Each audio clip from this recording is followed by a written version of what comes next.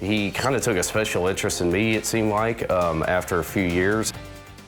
A former Boy Scout says it's time for the organization to disband and start over. He says he was sexually abused for more than a decade while in the Boy Scouts. 41 Action News investigator Andy Alcock shares his story.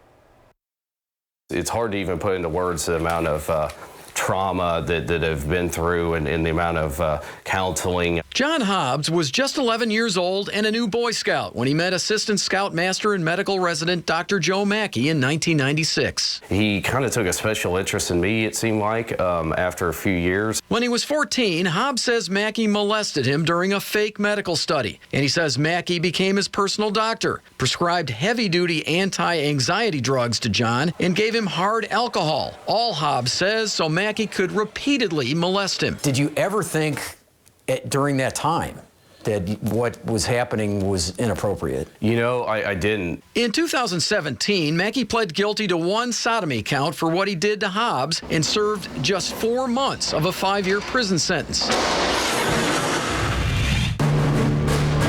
Hobbs is far from alone. After a lengthy investigation 7 years ago, what's that moment like as a parent? 41 Action News and our parent company Scripps revealed accusations Boy Scouts of America, or BSA leaders, across the country molested at least 2,000 scouts between 1970 and 1991. And the same investigation found BSA leadership failed to report those accusations to law enforcement 72% of the time. When a victim actually comes forward and presents a case or a claim, BSA attacks them. Randy Rhodes is an attorney who says he's heard from at least 100 men who claim Boy Scout leaders molested them. Rhodes won huge multi-million-dollar judgments for John Hobbs and Danny Shore's claims of sex abuse by Scout leaders. Shore committed suicide 2 years ago, and Hobbs is in ongoing therapy. And neither Hobbs nor Shore's estate so far has collected any money from those judgments. In court filings, BSA claimed no liability. Both cases that I had, they defended very aggressively and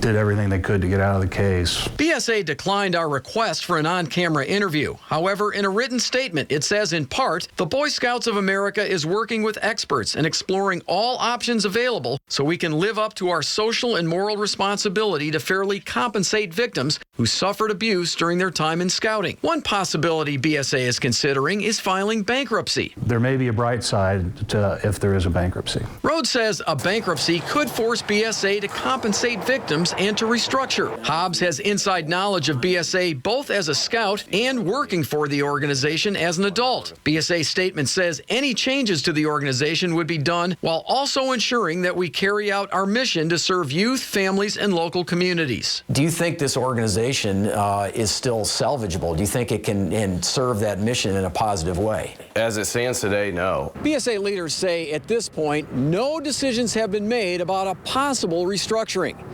At BSA's Heart of America Council headquarters, I'm investigator Andy Alcock, 41 Action News.